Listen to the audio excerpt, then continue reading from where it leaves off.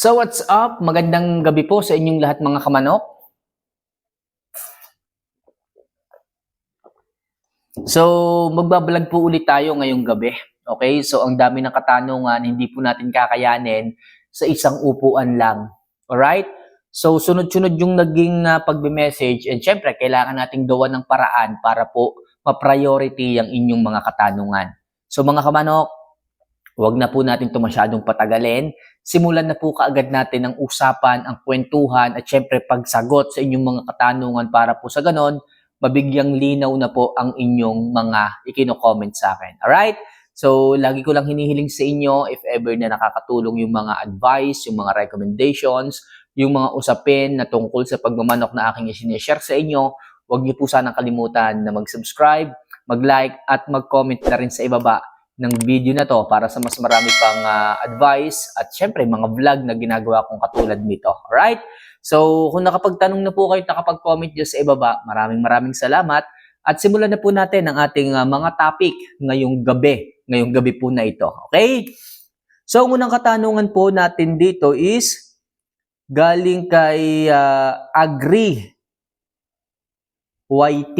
Okay? So, Idol, pwede pa kaya ang Sulfar QR if Tepox 48 and NF1 is not available po? Okay? So, Sulfar QR. Ang pagkakaalam ko, si Sulfar is makakatulong din ito sa intestinal problem ng ating mga alaga. Pero kung may specific na problema kang kinakaharap sa manok mo o sa mga alaga mo, sabihin natin na umiipot siya ng kulay puti. Okay? Tapos hindi available si Tepox, hindi rin available si NF1. Ano po pwede mong ibigay? Sige, hahayaan kitang gamitin mo si Sulfar QR kasi intestinal problem din po ang kanyang binibigyan ng pansin. Pero kung yan ay hindi naging effective, so pwede tayong mag-switch sa natural way. Kamanok, ano yung natural way para naman kahit paano matutunan din namin yan kung paano. Okay?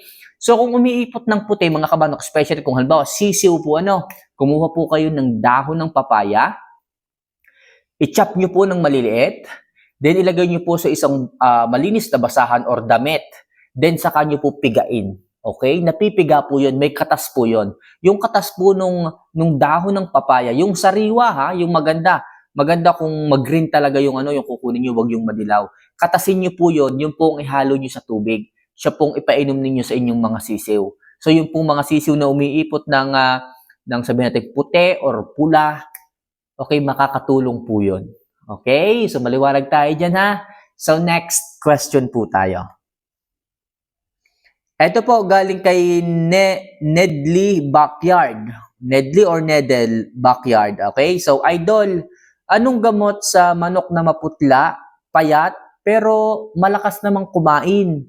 Galing kasi ito kasi nakawala, okay? Nabuli siya ng husto, okay? So kapag po nabuli yung isang manok, talagang yung kanyang maturity is mawawala, okay?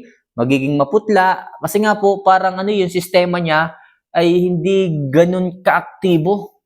Para siya laging late maturing kapag ganyan. Siyempre, na-stress. Nakawala siya tapos nabuli pa. Okay, so ano po pwede nating ibigay? So kapag ganyang maputla, tapos namayat, pero malakas kumain, so ang dapat natin gawin dyan, bigyan po natin siya ng B vitamins. Ano pong B vitamins? Pwede pong B12. Makakatulong po yun para po mas mapaganda yung blood circulation. Pag maganda po ang blood circulation, pag kumain po yan, mas ma-absorb po ng katawan yon. Okay? Pag po na-absorb ng katawan, dahil maganda po ang sirkulasyon ng dugo, okay, ma-absorb niya po yung pagkain, magkakakatawan po yung manok. Pag nagkaroon po ng katawan yung manok, doon naman po mag-i-start na bumalik po yung kanyang maturity.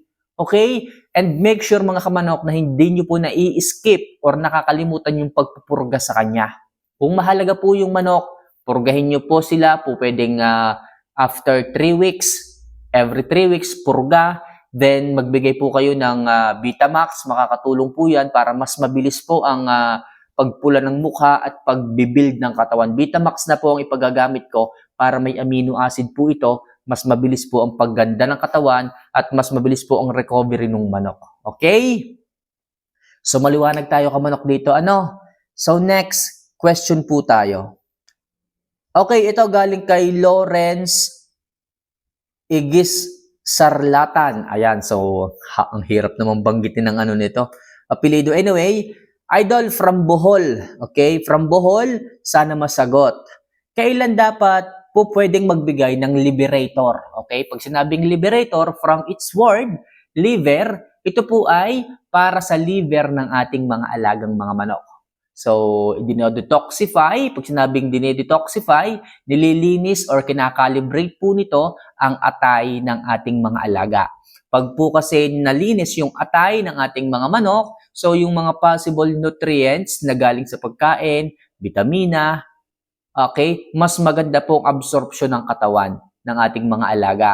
Kasi minsan po, yan po yung nagiging dahilan kung bakit ayaw bumulto, ayaw tumaba, ayaw gumanda ang katawan ng ating mga alaga kasi failed na po yung kanilang atay, may problema, hindi na po niya masala yung mga nutrients at hindi po niya ma-deliver sa iba't ibang body parts ng katawan.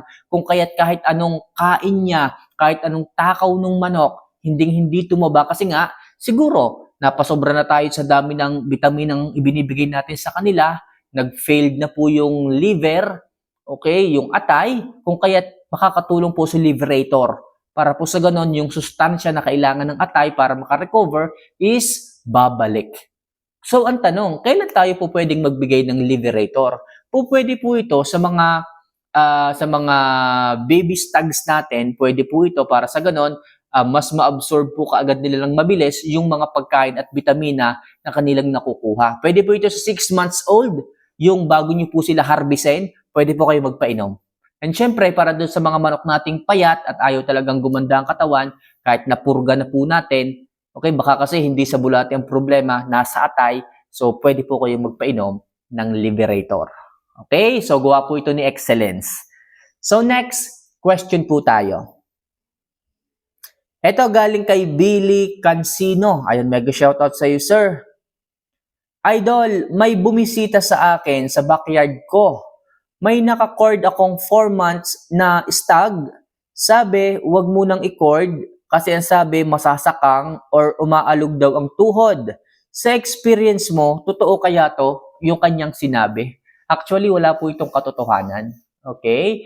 So, ang tagal ko nang nagko-cord, minsan nga, 3 months, 2 months, kino-cord ko na eh. Mga sisiw pa, kino-cords ko na eh. Bakit po mga kamamay? Para po mas mabilis po na tumibay nga yung tuhod eh. Yun pong sinasabi niya na baka masasakang, natural na po yun sa manok. Okay, baka kasi inborn na talaga yung problema niya sa manok. Kaya natatakot siya na baka masakang. Mas matakot ka kung hindi mapapacord yung inyong mga alaga kasi mapipiki yan. Pag lumaki sa cages, mapipiki. Okay lang sana kung naka-range, walang problema. Okay, kung naka-range, walang problema. Kaso kung kulang tayo sa facilities, wala tayong ranging area, hindi maayos ang ating facilities, di ba? Kailangan nating i-cord sila ng mas maaga. At sa experience ko, mas maagang nadidevelop at tumitibay ang kanilang mga tuhod, mga buto kapag ka maaga po silang napapacords. Okay, huwag kang maniwala. Pag sinabi niyang baka umalog, hindi. Mas maganda nga yung medyo hinihila nila yung tali eh. Para sa ganoon, mas tumitibay na po yung kanilang mga tuhod, yung kanilang mga singit. Okay, so yun yung experience ko. Tsaka syempre, makikita mo rin, mas maaga ang maturity ng mga early cordings na mga stag or baby stags. Okay, so para sa akin, hindi po yun totoo. Alright? So next, question tayo mga kamanok.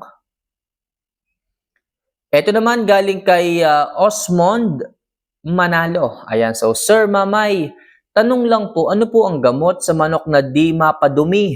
Naiipon lang po sa puwet niya ang dumi, hindi makalabas. Kawawa naman. Okay? So last question muna tayo. So siguro yung iba nating mga katanungan bukas po natin sasagutin. So pag may mga manok po kayong ganito, yung para siyang tinitibi, hindi siya makadumi ng maayos, parang nahihirapan siya. So may problema po yan sa bituka. So, pwede ka magbigay ng Sulfar QR, intestinal supplement po yan, antibiotic, para sa ganun, yung mga bad bacteria, yung dumi na nakakapit doon sa intestine, okay, mawala po yun. Okay, mailabas po nung manok. Kasi meron po diyang mga parasite eh. Sila po yung nag-hold nung dumi kaya hindi makalabas. Ngayon, nakikita mo naman yung labas na part ng puwetan o nung hulihang bahagi ng manok kung saan lumalabas yung dumi, minsan kumakapit po doon.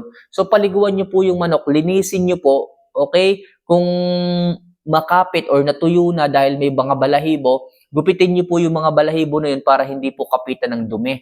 Tapos, kumuha po kayo ng Zero Mite, ito po ay yung shampoo po ng manok, huwag niyo pong babasahin na, yung malapot na Zero Mite inyo pong ilagay lang sa inyong daliri, ipahid niyo po sa paligid ng butas noong nilalabasan ng dumi ng manok. Para sa ganon, hindi po pamugadan ng kung anong-anong dumi or bakterya yung hulihang bahagi.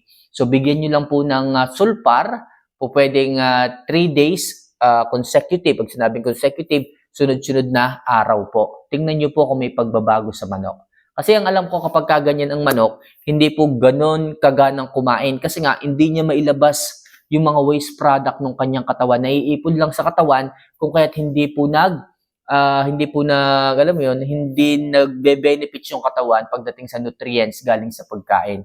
So, humihina ang pangangatawan, namumutla yung manok kasi nga may problema sa kanyang digestion sa pag-release ng waste product sa kanyang katawan. So mga kamanok, sana makatulong po yung mga ganitong klase ng sagutan, mga ganitong klase ng usapin pagdating sa pagmamanok. And syempre, bago ko po ito tapusin, lagi kong hinihiling sa inyo, magtanong po kayo kahit na ano basta tungkol sa pagmamanok, willing po akong sagutin at ibigay ang aking opinion pagdating sa inyo. So mga kamamay, sana makatulong sa inyong lahat yung aking mga kasagutan and mahal ko po kayo. Paano? See you for our next vlog. Paalam.